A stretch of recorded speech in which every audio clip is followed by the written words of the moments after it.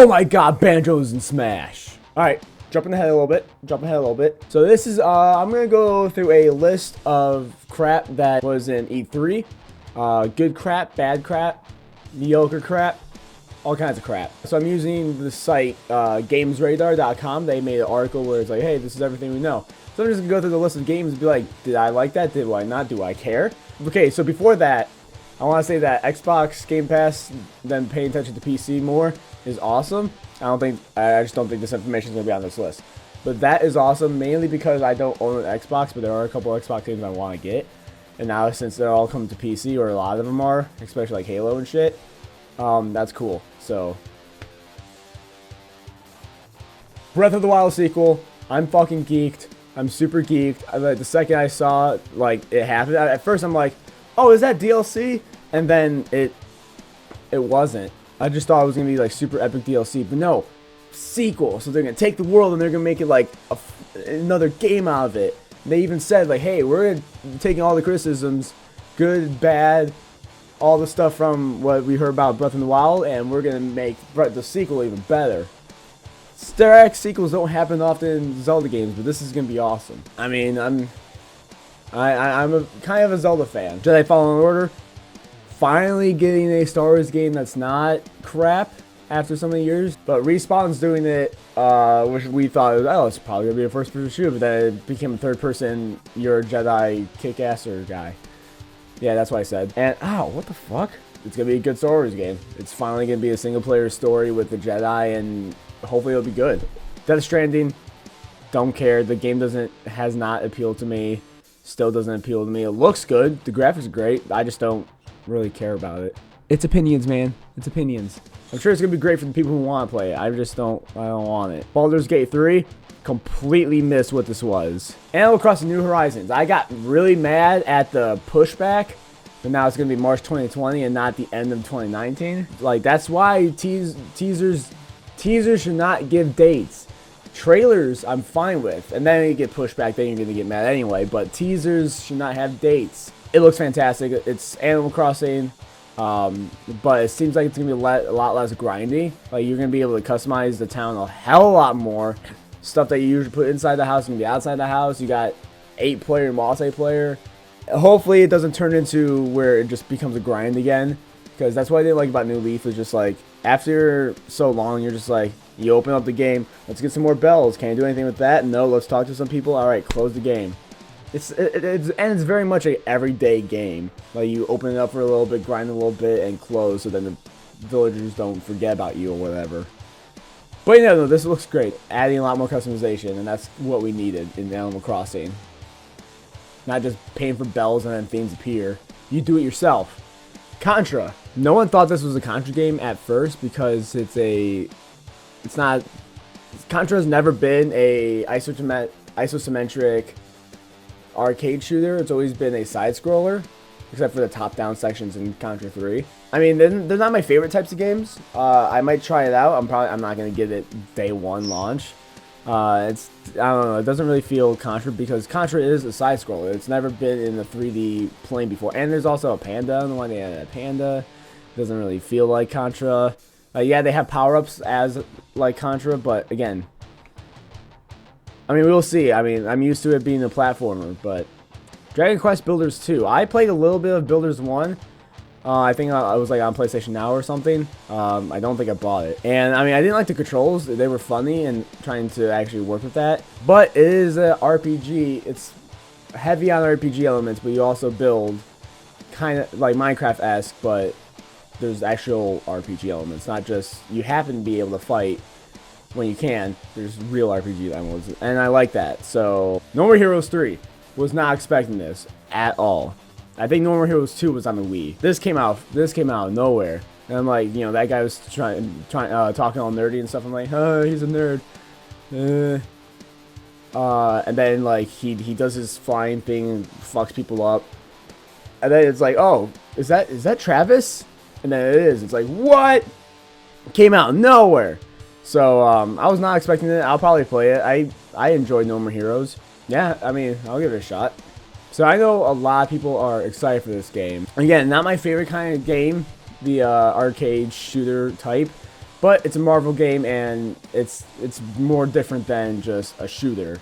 It's Marvel powers and cool stuff and whatnot. So, I mean, I'll give it a shot. I'm just not excited about it. But, I mean, but for anybody who likes Ultimate Alliance, it does look like it's going to be right up their alley. Looks like it's doing everything correctly in that genre. So, Astral Chain. It looks pretty badass. Platinum Games is doing it. I like Platinum Games. I mean to play Nier. I have not played it. I really want to though, but played Bayonetta and stuff like that. And it looks badass. It looks pretty epic. So fighting mechs with humans and just off the wall crazy ass action. Just like what Platinum Games loves that, and I love that. So I'll play it. Luigi's Mansion 3. They added so much to that game. It's insane how much they added. So I'll probably pick up 3. It does look fun. It looks interesting. And if I do have friends who want to play Luigi Mansion with, I don't think any of my friends would. But if I do, I have the capability now. You can play with friends. Also, Guigi's a thing. And multiplayer is a big thing for Nintendo, it seems like. They're adding multiplayer to their games that normally are not multiplayer. So that's pretty cool. But yeah, they added, beating the shit out of the ghosts, like, like, they got the plunger, they got Guigi, you got multiplayer, you got some other powers or whatever. It's a lot. It's a lot. So it's definitely an upgrade from the other two, for sure. And you're in one mansion. You're not jumping through levels. You're actually, it's one cohesive experience again. And that's probably where they knew they screwed up on 2 with that. So they brought it back, and it's just more. Witcher 3 on Switch, it's a port.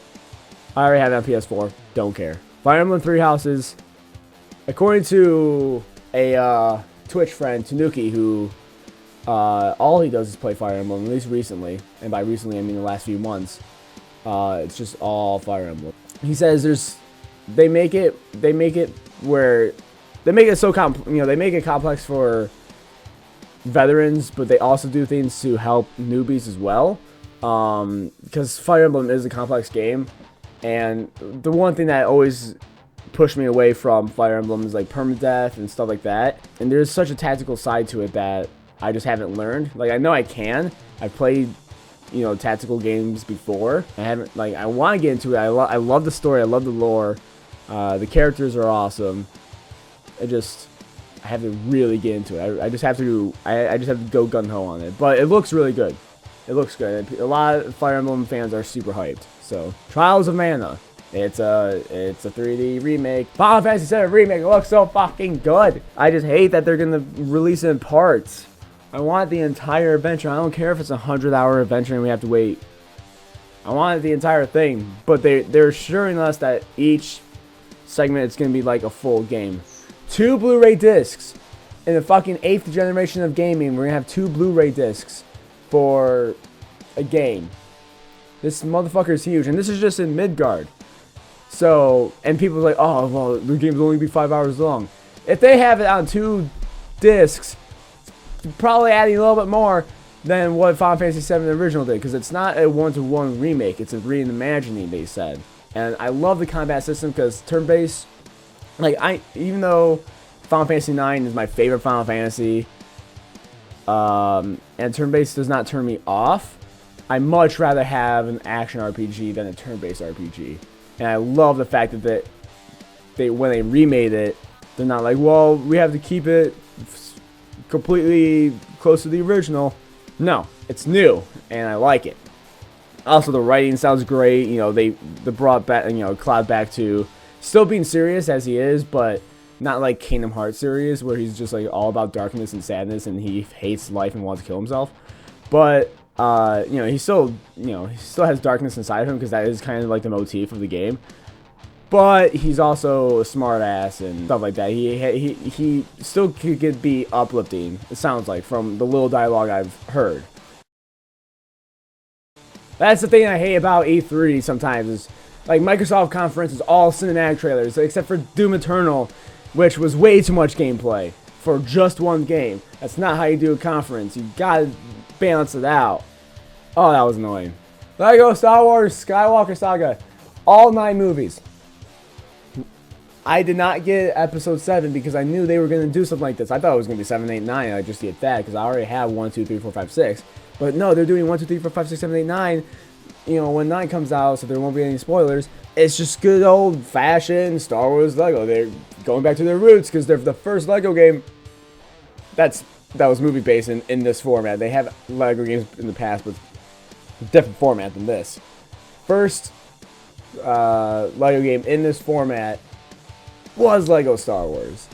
And now they're just bringing it back. They're just bringing it back. 7, 8, 9. Bam, bam, bam. So 1 through 9, it's going to take 5,000 hours to complete it, but it's going to be fun. It's good old Lego killing fun and puzzle solving and Lego pieces and building, and it's just Lego. It's fun. Pop figure gears, stupid, retarded, dumb, stupid. Watch Dogs suck. Like, it's just not, it's not as good of a game as they advertised it to be initially, and 2 didn't do much better. Not excited whatsoever. Gods and Monsters. Basically, Ubisoft doesn't know how to make original content, so they have to steal off others. It's Breath of the Wild, but with their own assets. I'm not playing it out of spite. Roller Champions, I'll give it a shot. I'm a huge... I mean, Ubisoft is stealing ideas again, because they say, like, oh, well, this is like a hybrid of Rocket League on skates. That's what people are saying. It's Rocket League on skates, which kind of is, but it's a roller derby. It's not just a field that's going around. I don't know how it's going to play. I want to test it out because I am really big into Rocket League. So we'll see if they actually made it fun. But we'll see. Battletoads. Everybody hates the hard style. It does not look like a Flash game. I don't know why the fuck people are saying about that. It looks good. Like the animation, it's Cuphead. It's like they did the animation as if it was Cuphead, but today's animated shows. That's how they've done the sprites. But it does look weird compared to the original. And it looks a little bit more of a beat-em-up than a... I mean, Battletoads is always a kind of a beat-em-up, but it was also kind of a platformer too. So it's a little weird. Tales of Arise. So that it looks like another Tales game, obviously. Like Vesperia and Symphonia. And, yeah, I'll play it. I love the Tales games. I love them a lot. So, Zombie Army 4. With a name like that, I already don't care. Dragon Ball Z Kakarot. I'm fucking done with Dragon Ball games. There's way too many of them. They keep on getting released. It's the same fucking story over and over again. I'm done. I'm done with Dragon Ball. It's a great anime. Too many fucking games. Done with it. There's other animes that need game love, and these good games, not like the Sword Art Online crap games that come out. No, there's animes that need good games. Where's my Detective Conan? LA Noir style game, but with Conan. Or how about a Samurai X game? How about an actually decent Bleach game that's not just a shitty fighting game on the Wii? Come on. Flight Simulator, screw off. Doom Eternal, it's another Doom game, and it's a first-person shooter. It looks pretty badass. It's just more Doom. It's more killy. Halo Infinite. Not the best trailer, but it's more something. It's coming out late next year, so we have a lot to wait. So that it can't be hyped over a game that's not coming out for another year. Borderlands 3 won't be picking up on PC day one. That's for fucking sure, Epic. But I mean, I'm gonna get if I get it, because I like the first 2, and I like the pre-sequel too, which is pretty good. So I'll pick up the PC version. I mean PS4 version, not the PC version, because fuck Epic. I mean, look, it's more Borderlands action. You know, if you need a shooter RPG, I hate how they do brag about how many guns they have, because they don't actually have that many guns. It's just upgrades of the same, 10 to 20 guns they have. But I mean, it's still a fun game, so whatever. Blair Witch, nope. I don't like horror games. Not the fact that it scares me, because it's the exact opposite. It does nothing for me. Horror movies do nothing for me. Horror games do nothing for me. Cyberpunk 2077, pretty badass game, it looks like. I'm probably going to get it. The fact that they had Keanu Reeves in the game and actually at the conference was also pretty badass. Like, that fucking model looks fucking 1-to-1. It's pretty perfect. It better be a good game for how long they've taken on it. Minecraft Dungeons. Dungeon crawler, but Minecraft. I mean, it seems interesting. I might play it. I'm not 100% sure, but it looks like a fun time. I mean, again, I'm not a fan of. I mean, I don't hate them. I'll play them, but just that camera angle and how games play with that camera angle, I'm not too big on that. But it does look fun, and that was it for what this article gave me. There's my quick thoughts about the games that were shown at E3. And then, I mean, some extra stuff like Banjo and Hero coming to Smash. Hero, I'm like, okay, that's pretty cool. Dragon Quest, of course, makes sense. And then Banjo came up, and it's like, fucking what? Awesome. And then now everybody's saying that, oh, well, anything is possible. It's like, you obviously don't know how they fucking work with this game, do you, assholes? But anyway, the things I'm most excited about is a lot of Nintendo shit. Super Mario Maker 2 it wasn't in the conference, but it was on the floor, and I'm excited for that. Breath of the Wild sequel. I know that's not going to come out until probably... I mean, they already have the engine, so they don't have to work on that shit. They have the assets, so I'm expecting it next year. I hate to have to wait that long.